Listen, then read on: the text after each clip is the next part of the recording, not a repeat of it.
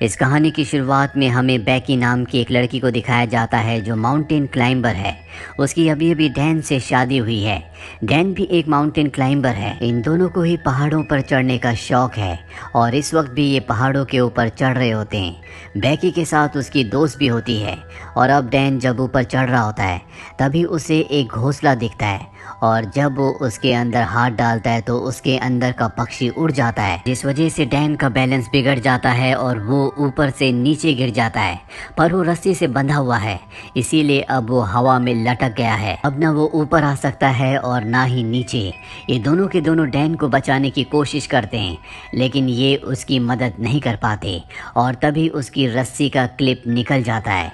Dan की ऊपर से गिरने से मृत्यु हो जाती है। इस हादसे के 51 हफ्तों के बाद हमें बैकी को दिखाया जाता है जो अब पूरी तरह से शराब में डूब चुकी है, क्योंकि वो अपने पति डैन से, जिससे वो बहुत प्यार करती थी, उसे अब भी याद करती है। उसने अब तक उसकी अस्थियों को विसर्जित नहीं किया।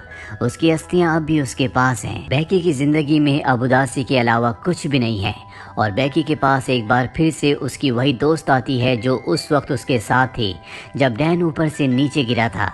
उसकी दोस्त का नाम हंटर होता है। हंटर बैकी को देखकर बहुत खुश होती है। जब उसे पता चलता है कि बैकी ने अपनी जान लेने की भी कोशिश की तो वो बैकी से कहती है कि हमें दोबारा से क्लाइंबिंग करना चाहिए और इसके बाद वो अपने मोबाइल पर उसे एक टावर दिखाती है जो कि टीवी टावर है। ये टावर एक ऐसे भीड़ में होता है जहाँ पर इंसान बहुत कम जाते हैं और इस टावर की ऊंचाई होती है 2000 फीट। हालांकि बेकी इस जगह नहीं जाना चाहती और जब उसकी दोस्त हंटर कहती है कि उस टावर के ऊपर चढ़ने के बाद तुम डैन की राख को वहां से उड़ा देना, इससे उसकी आत्मा को शांति मिलेगी, तो बेकी मान जाती है और अब ये दोनों के दोनों उस भीड़ में पहुंच जाते हैं। यहाँ पर ये वीडियोस बना रहे होते हैं, फोटोज खींच रहे होते हैं और हंटर उन वीडियोस को और फोटोज को अपने इंस्टाग्राम पर अपलोड कर रही होती है। अब ये देखते हैं कि टावर इनके सामने है जो आसमान की गहराइयों के अंदर जा रहा है, क्योंकि इसकी ऊंचाई बहुत ज़्यादा है। आज से पहले इन्होंने कभी भी इतनी ऊंचाई तक चढ़ने की कोशिश नहीं की। इन दोनों को डर तो लग रहा होता है पर अब ये धीरे धीरे ऊपर चढ़ना शुरू कर देते हैं। बेकी का डर ज़्यादा होता है क्योंकि उसे पता है कि ये लोहा जिससे टावर बना है वो बहुत पुराना है। उसकी आवाज़ उसे लगातार आ रही होती है और धीरे धीरे वो भी हंटर के पीछे ऊपर चढ़ रही होती है और जब वे आधे टावर तक पहुंच जाते हैं तो इन्हें एहसास होता है कि यहाँ पर हवाएं बहुत तेज़ है। ये हाइट इतनी होती है जितनी आईफिल टावर की है, यानी लगभग पूरे 1000 फीट। अभी लगातार ऊपर चढ़ना शुरू कर देते हैं और जब बेकी नीचे देखती है तो उसे डर लगना शुरू हो जाता है क्योंकि उसने पिछले 1 साल से क्लाइंबिंग नहीं की। लगातार ऊपर चढ़ते हुए अब ये टॉप तक पहुंचने वाले होते हैं। तभी बेकी सीढ़ी पर पैर रखती है और वहां से एक स्क्रू गिर जाता है जिसके बारे में इन्हें पता नहीं चलता। अब ये दोनों के दोनों 2000 फीट यानी कि टावर के ऊपर तक पहुंच चुके हैं, जहां से इन्हें दुनिया बहुत अलग दिख रही होती है। इतनी हाइट पर चढ़ने के बाद, एक टारगेट को अचीव करने के बाद अब बेकी को भी अच्छा लग रहा होता है। ये दोनों के दोनों यहाँ पर एंजॉय करते हैं, बहुत सारी फोटोज क्लिक करते हैं। साथ ही हंटर जो ड्रोन कैमरा अपने साथ यहाँ पर लाई होती है उससे वो अपनी वीडियोस भी बनाती है ताकि इंस्टाग्राम पर अपलोड कर सके। ये दोनों के दोनों बहुत खुश हैं। हंटर इतनी एक्साइटेड होती है कि वो टावर से लटक जाती है और बेकी को उसकी फोटोज क्लिक करने को कहती है। इसके बाद वो बेकी को भी ऐसा करने को कहती है। बेकी भी उसके कहने पर ऐसा करती है और अब ये दोनों के दोनों बहुत खुश हैं। इसके बाद बेकी डैन की राख को यहाँ से हवा में उड़ा देती है जिससे उसे तसल्ली मिलती है। ये दोनों के दोनों बहुत इमोशनल हो जाते हैं लेकिन बेकी फाइनली अब डैन को अलविदा कह चुकी है, यानी कि अब उसकी ज़िंदगी की एक बार फिर से शुरुआत हो गई। अब ये दोनों के दोनों अपना सामान पैक करके नीचे जाने की तैयारी करते हैं। सबसे पहले बेकी नीचे उतरती है पर तभी वो स्क्रू जो कि निकल गया था उस जगह से लैडर टूट जाती है। बेकी हवा में लटक जाती है पर रस्सी की वजह से वो ज़मीन पर नहीं गिरती, जिसके बाद हंटर उसे वापस ऊपर खींच लेती है। लेकिन बेकी के पास जो बैग था जिसके अंदर इनके खाने पीने की चीज़ें थी वो नीचे डिश पर अटक जाता है, जहाँ तक पहुँचना लगभग पूरी तरह से नामुमकिन है। ये अपने मोबाइल्स को भी चेक करते हैं लेकिन यहाँ पर इतनी ऊंचाई पर कवरेज नहीं होता, यानी कि ये दोनों के दोनों अब 2000 फीट की ऊंचाई पर फंस चुके हैं। यहाँ दूर दूर तक कोई भी नहीं होता। अगर कोई हुआ भी तो इतनी ऊंचाई से इनकी आवाज़ नहीं सुन सकता। यहीं टावर के ऊपर एक बॉक्स होता है जिसके अंदर एक फ्लेयर गन और एक दूरबीन होती है। और दिन में फ्लेयर गन का इस्तेमाल करने का कोई भी मतलब नहीं है, क्योंकि फ्लेयर गन को दिन में कोई नहीं देखेगा। अभी दूरबीन से देखते हैं तो सामने इन्हें एक गाड़ी दिखती है, लेकिन वो लोग इन्हें इतनी ऊंचाई पर नहीं देख सकते, ना इनकी आवाज़ सुन सकते हैं। हंटर एक बार फिर से अपना मोबाइल देखती है और जो पोस्ट उसने इस टावर के बेस से की थी वो पोस्ट इंस्टाग्राम पर पोस्ट हो चुकी होती है, जिस पर बहुत सारे लाइक्स और कमेंट्स होते हैं। इसका मतलब ये है कि टावर के तल पर कवरेज है। और अब हंटर अपने मोबाइल पे मदद के लिए एक मैसेज को रिकॉर्ड करती है और इंस्टाग्राम पर उसे पोस्ट कर देती है। इसके बाद वो अपने मोबाइल को रस्सी से बांधकर टावर से नीचे लटकाती है ताकि कवरेज आए और उसका मैसेज पोस्ट हो जाए। लेकिन बहुत देर तक वेट करने के बाद भी ऐसा नहीं होता। और अब हंटर अपने मोबाइल को अपने सॉक्स के अंदर रखती है, उसके बाद शू के अंदर रखती है और ऊपर से नीचे फेंक देती है ताकि नीचे गिरने के बाद उसका मैसेज चला जाए और इनकी मदद के लिए कोई आए। फ़ोन शूज़ और सॉक्स के अंदर रखने की वजह से नहीं टूटा होता। और कुछ ही देर बाद ये ऊपर दूरबीन से देखते हैं जहाँ इन्हें नीचे एक आदमी दिखता है जो फ़ोन पर बात कर रहा होता है। उसके साथ उसका डॉग भी होता है, पर वो इन्हें इतनी ऊपर ना देख सकता है और ना ही इतनी ऊपर से इनकी आवाज़ को सुन सकता है। यहाँ पर वो अपने फ़ोन में बहुत ज़्यादा मग्न होता है। उसे अपनी प्रेजेंस का एहसास दिलाने के लिए ये ऊपर से एक और शू को फेंकते हैं।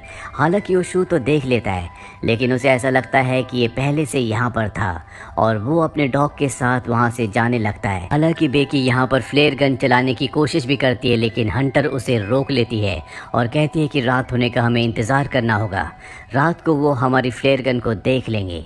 और अब यहाँ पर अंधेरा हो जाता है, जिसके बाद ये फ्लेयर गन चलाते हैं, साथ ही अपने मोबाइल की टॉर्च को ऑन करके अपने हाथ से हिलाना शुरू कर देते हैं। इनके सामने जो गाड़ी यानी कि आरवी होती है जिसमें लोग कैंपिंग कर रहे होते हैं वो इन्हें देख लेते हैं, लेकिन वो इनकी मदद करने के लिए नहीं आते, बल्कि इनकी गाड़ी को चुरा कर यहाँ से निकल जाते हैं, जिससे दोनों के दोनों हताश हो जाते हैं। जैसे जैसे रात होती है इन्हें नींद आना शुरू हो जाती है। ये वहाँ पर सो जाते हैं, लेकिन जगह बहुत कम है। हंटर ऊपर से गिरने वाली होती है कि बेकी उसे पकड़ लेती है। तभी वो देखती है कि उसके पैर पर एक टैटू बना है जिस पर लिखा होता है 143। ये देखकर बेकी हैरान हो जाती है, क्योंकि उसका हस्बैंड डैन उसे हमेशा कोड वर्ड में आई लव यू कहता था, यानी कि 143। वो समझ जाती है कि डैन के बीच में और हंटर के बीच में कुछ न कुछ था, और जब वो हंटर से पूछती है तो वो एक्सेप्ट कर लेती है। वो बेकी से माफ़ी भी मांगती है, लेकिन बेकी अब पूरी तरह से नम हो चुकी है। बेकी की नज़र अब भी उस बैग पर होती है जो बैग नीचे एंटीना में यानी कि डिश पर अटका हुआ है। उसके अंदर इनका ड्रोन और खाने पीने की चीज़ें हैं। किसी भी कीमत पर इन्हें उस बैग को ऊपर लाना होगा, पर वहाँ पर सीढ़ियाँ नहीं होती, इसीलिए उस बैग तक पहुँचना इतना आसान नहीं है। पर हंटर, जो कि बहुत ही साहसी होती है, वो रस्सी की मदद से नीचे जाना शुरू करती है, पर इससे पहले कि वो डिश तक पहुँचती रस्सी खत्म हो जाती है। हंटर जंप लगाकर डिश तक पहुँच जाती है। अब उसके पास बैग है, लेकिन रस्सी उससे दूर होती है। वो सेल्फी स्टिक की मदद से बैग को रस्सी में अटकाती है और इसके बाद खुद भी जंप मारकर रस्सी को पकड़ लेती है। पर रस्सी से ऊपर चढ़ना इतना आसान नहीं है, क्योंकि इसमें बहुत ताकत लगती है और उसके हाथ जख्मी हो रहे होते हैं, जिस वजह से रस्सी उससे छूट जाती है, वो नीचे गिर जाती है। बेकी जब नीचे देखती है तो वो अब भी रस्सी से अटकी हुई होती है और वो उसे रस्सी के साथ ऊपर खींच लेती है, जिस वजह से उसकी जान बच जाती है। अब इनके पास इनका ड्रोन है जिसे ये मदद मंगवाने के लिए यूज़ करना चाहते हैं। ये एक पेपर पर लिखते हैं कि हमें मदद की ज़रूरत है, हम टावर के ऊपर अटक चुके हैं, और उस पेपर को ये ड्रोन के साथ फिक्स कर देते हैं और अब ये ड्रोन को उड़ाते हैं। पर तभी इन्हें पता चलता है कि इनके ड्रोन की बैटरी बहुत ज़्यादा डाउन है, वो सामने दूर दिख रहे घर तक नहीं पहुँच सकता, इसीलिए इन्हें ड्रोन को वापस बुलाना पड़ता है। और अब एक बार फिर से रात हो जाती है। रात को जब बेकी सोती है तो ऊपर देखती है कि टावर के टॉप पर एक लाइट जल रही है, यानी कि वहाँ पर करंट है। वो बड़ी मुश्किल से ऊपर चढ़ती है और ड्रोन के चार्जर से उसे चार्ज करना शुरू करती है। जब तक ड्रोन चार्ज नहीं होता उसे वहीं पर लटका रहना पड़ता है। ड्रोन जब पूरी तरह से चार्ज हो जाता है तो बेकी नीचे उतर जाती है, जिसके बाद ये ड्रोन पर उसी चिट को लगाते हैं जिस पर इन्होंने लिखा होता है कि इन्हें मदद की ज़रूरत है, और इसे उस घर की तरफ भेजते हैं जो सामने दिख रहा होता है। पर इससे पहले कि वो घर तक पहुंचता वो एक गाड़ी से टकरा जाता है, जिससे इनकी आखिरी उम्मीद भी टूट जाती है और अब इन्हें कोई उम्मीद नहीं है कि कोई इनकी मदद के लिए यहाँ पर आएगा। बेकी की हालत बहुत ज़्यादा ख़राब हो चुकी है। वो हंटर से कहती है कि तुम मुझे अपना शू दो। मैं एक बार फिर से मोबाइल पर मैसेज करके अपने डैड को सेंड करती हूँ। अगर हम उसे नीचे फेंकेंगे तो हो सकता है कि कवरेज आ जाए और मेरे डैड को हमारा मैसेज मिल जाए। वो हमारी मदद के लिए यहाँ पर आ सकते हैं। लेकिन हंटर उसे मना कर देती है और तभी उसे एहसास होता है कि उसके साथ हंटर है ही नहीं, वो अकेली है। दरअसल जब हंटर नीचे बैग लेने के लिए गई थी तो सच में ऊपर आते हुए उससे रस्सी छूट गई थी, जिससे उसकी मृत्यु हो गई थी और अब भी उसकी बॉडी डिश के ऊपर होती है। दरअसल बेकी सिर्फ यहाँ पर हेल्यूसिनेट कर रही होती है, पर अब उसे सच्चाई का पता चल चुका है कि वो स्टार के ऊपर अकेली है और उसकी जीने की उम्मीदें पूरी तरह से खत्म हो चुकी है। वो मरने से पहले अपने पिता के लिए आखिरी मैसेज रिकॉर्ड करती है, लेकिन वो यहाँ से डिलीवर नहीं हो सकता क्योंकि यहाँ पर कवरेज नहीं है। वो वहीं पर सो जाती है और सुबह जब उसकी नींद खुलती है तो वो देखती है कि वहाँ पर एक वल्चर उसके घाव को खा रहा है। वो उसे पकड़कर मार देती है। इसका मतलब ये है कि अब उसके पास भोजन भी है, जिसे खाने के बाद उसके अंदर ताकत आती है और वो तय करती है कि अब वो नीचे डिश तक रस्सी के सहारे जाएगी, जहाँ पर उसकी दोस्त हंटर की बॉडी है। बड़ी मुश्किल से वो रस्सी से नीचे उतरती है और हंटर की बॉडी तक यानी कि डिश तक पहुँच जाती है, जिसके बाद वो हंटर के शू के अंदर अपने मोबाइल को रखती है और उसे हंटर की बॉडी के साथ फिक्स कर देती है। वो हंटर को सॉरी कहती है और इसके बाद वो हंटर की बॉडी को शू के साथ नीचे फेंक देती है ताकि सेल फोन डिस्ट्रॉय ना हो। दरअसल पिछली बार जब इन्होंने शू के साथ सेल फोन को नीचे फेंका था तो वो डिस्ट्रॉय हो गया था, जिस वजह से इनका मैसेज कभी डिलीवर हुआ ही नहीं। और अब जबकि उसने बॉडी के साथ शू के अंदर मोबाइल को डालकर नीचे फेंका है तो वो पूरी तरह से सुरक्षित रहेगा। दरअसल टार के ऊपर कवरेज ना आने का ये भी कारण होता है कि यहाँ पर इसके अपने इतने सिग्नल होते हैं कि वो दूसरे सभी प्रकार के सिग्नल्स को ब्लॉक कर रहा होता है। एक बार फिर से रात हो जाती है और बेकी के फादर यहाँ पर आ जाते हैं। वो देखते हैं कि टार के आसपास भीड़ है और वहाँ पर बेकी की डेड बॉडी है जिसे पुलिस ले जा रही है। ये देखकर वो पूरी तरह से टूट जाते हैं क्योंकि वो अपनी बेटी से बहुत प्यार करते हैं। पर तभी वो देखते हैं कि पीछे बेकी खड़ी है जो पूरी तरह से ठीक है। उसके साथ डॉक्टर्स भी होते हैं। वो बेकी को अपने गले से लगा लेते हैं और इस तरह से बेकी की जान बच जाती है। तो ये थी पूरी कहानी।